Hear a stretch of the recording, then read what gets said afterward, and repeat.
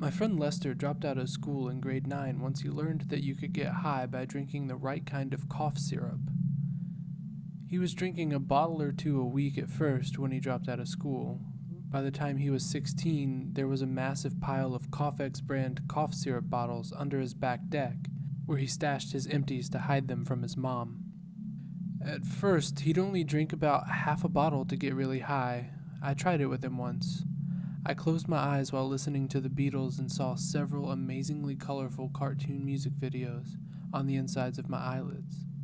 But drinking cough syrup to get high is a little unpleasant in that A, you have to drink cough syrup, and B, there's an unsettling bit of nausea involved in coming up.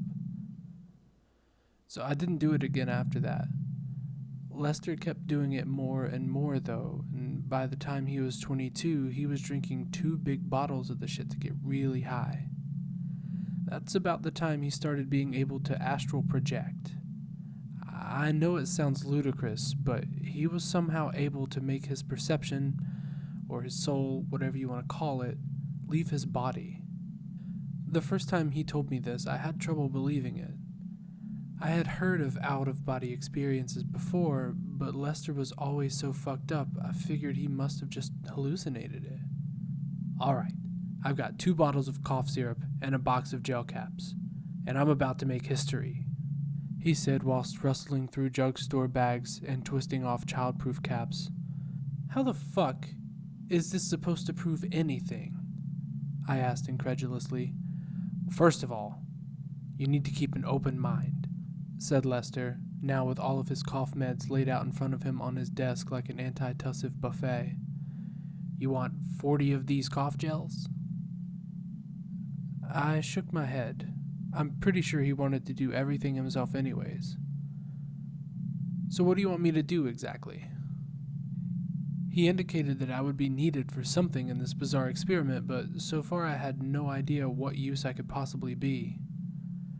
When I start coming up, he said, I'm gonna need you to run across the street to the convenience store and stand next to a random car. Wait there for a minute or two, memorize the license plate, and come back here again. It took me a little while to understand what he was going to do. What if you can't do it again? You know, leave your body or whatever. I'm really thinking about how stupid I'll look standing next to some random car across the street for a couple of minutes for no reason. I'll be able to, don't worry, he said, and then inhaled deep from the joint we were smoking. He took another hit and passed the premature roach back to me, then began uncapping the first bottle. Down the hatch! I watched him chug the thick cough syrup. He then took a handful of gel caps and threw them into his mouth. He picked up the other bottle of cough syrup and used it to wash the pills down. Once the first handful of pills was gone, he'd grab another handful and swallow them as well, washing them down with more cough syrup. He did this several times until all the gel caps and cough syrup were gone. It occurred to me with this level of substance abuse that an out-of-body experience might be entirely within the realm of possibility. With all the cough medicine consumed, Lester looked quite ill. He ran into the bathroom and fought himself not to vomit. I rolled another joint. Come and hit this. It'll help with the nausea. I yelled to him as he spit repeatedly into the toilet water and gagged over and over. I'll be fine, he managed to say before retching loudly, coughing out mangled gel caps and purple goo into the flesh-colored toilet. For most people, this would be a weird scene. I sat there calmly, toking my joint. This wasn't the first time I had seen him puking up cough syrup. A few months before this happened, Lester was binging on cough syrup for around 6 weeks straight. By the end of it, he looked like a corpse. The worst part was, he had lost all sense of time, and he thought only a week had passed when really he had been binging a month and a half. When we finally convinced him of the date and the time that had passed by, he almost lost his mind. He had clutched his head and rocked back and forth, screaming for a few minutes. I think that's when the binge ended, maybe a few days later. I put out my joint and watched Lester stagger out of the bathroom. "How's the nausea? You coming up yet?" He shook his head and fell back onto the bed. "It'll be another 10, 20 minutes maybe," he said. His eyes were closed and his arms were crossed tight across his stomach. He looked intensely focused on keeping the $26.78 worth of cough gels and syrup from being projectile vomited across the room. I almost wanted to see it. Lester always projectile vomits when he pukes. It's incredibly entertaining. It's like a geyser that shoots 6 feet before even losing its upward momentum and splashing to the ground. On the other hand, I was anxious for the license plate experiment. I wanted to see if there was anything to this astral projection shit. It seemed to defy all possibility that he'd be able to float across the street at will and read a random license plate as I stood like a goof beside it. "This'll be pretty fucked up if it works," I said to break the silence. The TV, the only form of entertainment in the room besides books, was off. Having the TV on can keep you partially trapped in your body, Lester tells me. It's best to have complete silence. A little while passed and I went into the bathroom to take a leak. The bathroom looked as it usually did. Since he lived in a motel room, the bathroom was also kind of a kitchen for Lester, so there were his dirty dishes, stained orange from mac and cheese residue sitting in the bathroom sink on top of the toilet. I urinated hastily and re-entered the main room. The floor was shaking constantly with the hum of the furnace. I wondered briefly if it's the same frequency that atoms and particles in our bodies vibrate at. It seemed almost to have hit on a resonant frequency of some kind. I sat back down and looked over at Lester. He looked a bit less pale and appeared to be doing a bit better. "You ready to do this?" I asked him, impatient now. He looked over at me with his eyes barely open and mumbled something. "What did you say?" I asked. He managed a very Lester-like thumbs up. Even sitting still in his bed, his body was already weaving noticeably back and forth. "Go, man. My body is humming beautifully right now. I'll be over there in a minute or two. I'll wave. You better wave back, you fucker." I took this to mean that the experiment would begin immediately, so I put on my shoes and jacket and stepped outside. After walking across the parking lot of the motel, I crossed the busy street to the store. The location was good for the experiment. Even if he somehow sneaked out of his room with a pair of binoculars, there was no way to make out the license plates on half a dozen cars lined up outside the store. The angle was wrong. The parking lot of the store was fairly busy. I tried to look as normal as possible as I walked up to a dark Chevy parked beside the store and stood beside it. A couple of teenagers walking into the store looked over, seeming somewhat confused at my odd behavior, but then were gone. I waited beside the car for what seemed like a while, but according to my cell phone it was only 5 minutes. I looked over at the license plate periodically to make sure if I had memorized it correctly. ASRP 784. I walked back across the street. When I got back into the room, Lester was in a frenzy.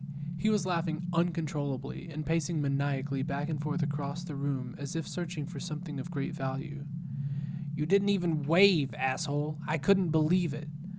Then again, I didn't wave either. I had no hands. Ha! I wrote it down somewhere in here. I know I did, but... Oh, right!" He grabbed my arm and roughly pulled me into the bathroom. On the mirror, written in permanent marker, were the letters and numbers from my chosen license plate across the street. On the mirror, in scrawling, black, Lester print, was ASRP 784. I was so speechless. He hadn't cheated. I was pretty well sure of that. But it seemed to be so impossible, I refused to believe it.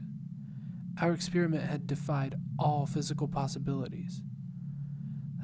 "This is insane," I said, staring at the mirror. "Let's try again."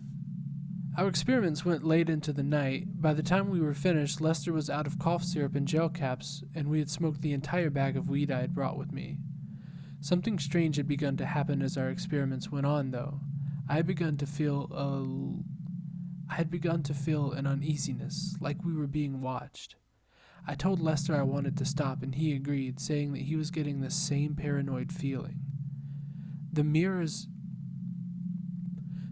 in the apartment seemed to be switching on us all of a sudden. I had the urge to cover them with blankets and towels, anything to get rid of that feeling. When I drove home, the feeling didn't leave me. It stuck with me and felt like I had eyes watching me, burning into my forehead until I flipped the rearview mirror up and turned the side mirrors away. Even then, I felt it faintly, from the glare of the reflection upon my windshield. You know the feeling I mean? When you're walking down a street and get a tingle down your spine and you turn to look to catch someone peeking at you from the window of their house, watching you. I was having that feeling all the time, suddenly. I got home and went to bed, but the feeling didn't leave me. It continued into my dreams as I slept. I had a nightmare. I was in a forest, and there was a strange bird-like creature flying high above me in the night. There was a full blood moon above me, and I ran, naked in the starlight. The thing dove down and attacked, its shrill cries piercing my ears. I dove out of the way, my heart pounding. Its talons raked my back, and I felt hot blood trickle down it. I looked above me, and the sky was no longer familiar. This place was dark, and the sounds of strange animals echoed in the air. The creature was still flying above, watching me. It suddenly came down and began hovering in front of me, flapping its massive wings, staring at me with its wide eyes. I saw it was a giant owl, twice the size of a person. It was gray with black stripes. Its eyes were yellow and large and seemed to stare into my soul. It spoke aloud, its voice a thundering boom. "You have opened the gateway," was all it would say. With a few flaps of its giant wings, it was gone, leaving me in the dark place surrounded by the sound of large, hungry animals. I saw their eyes now, glowing in the darkness around me. First one pair, then two. Suddenly there were dozens of them, all around me. Their low-pitched growls came closer, and I felt the warmth of something breathing on the back of my neck. I woke up sweating heavily. I went into the bathroom as the adrenaline and sleep hormones wore off. I began to feel a terrible pain across my back, a horrible, searing pain. I reached back to feel the deep gashes that were there. I brought my hand back and saw it was red, covered with fresh blood. I looked at my bed from the doorway of the bathroom. Blood had begun to drip from the saturated sheets and was pooling on the floor and coagulating around the edges of the large puddle. I began to feel faint, and the world went dark again.